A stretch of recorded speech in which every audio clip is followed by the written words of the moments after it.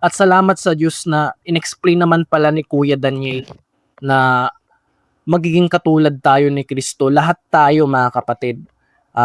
Kundi magsalita ng katotohanan na may pag-ibig na magsilaki sa lahat ng mga bagay sa Kanya na siyang Pangulo sa makatuwid bagay si Kristo. Si Kristo yung ulo ng katawan at ang katawan ay ang iglesia. Kaya magsilaki tayo, tulong-tulong tayo na magsilaki mga kapatid, maging mature,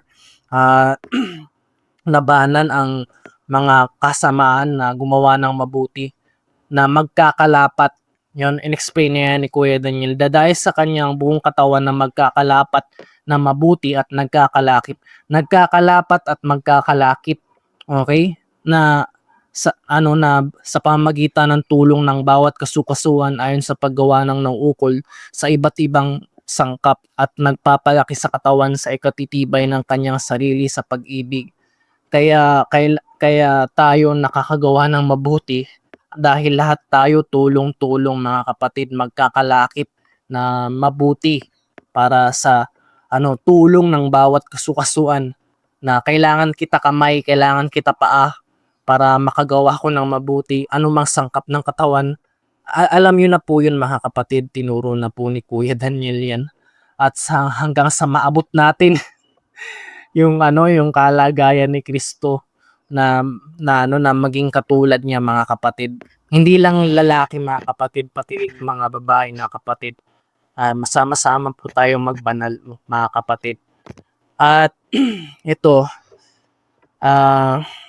nababasa sa Colosas 3:1 hanggang 5, kung kayo'y ngayon muling binuhay na kalakip ni Kristo ay hanapin ninyo ang mga bagay na nangasa itaas na kinaroroonan ni Kristo na nakaupo sa kanan ng Diyos.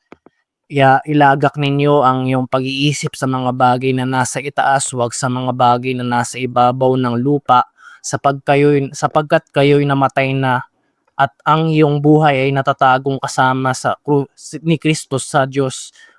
Pagka si Kristo na ang ating buhay ay mahahayag nga rin kayo ng kasama niyan sa kalwalhatian. Patiin ninyo ang mga inyong mga sangkap na nakatawang nasa ibabaw ng lupa, pakikiapid, karumihan, masamang pita, masamang nasa at kasakiman na iyay pagsamba sa mga Diyos-Diyosan. Ang paliwanag ko sa talatang ito sa Colosas 3:1 na tayo'y binuhay na kalakip ni Kristo, hanapin ang mga bagay na nangasa itaas. Huwag tayong titingin dito sa ibabaw ng lupa. Kasi lahat ng nakikita dito sa ibabaw ng lupa may katapusan. Okay?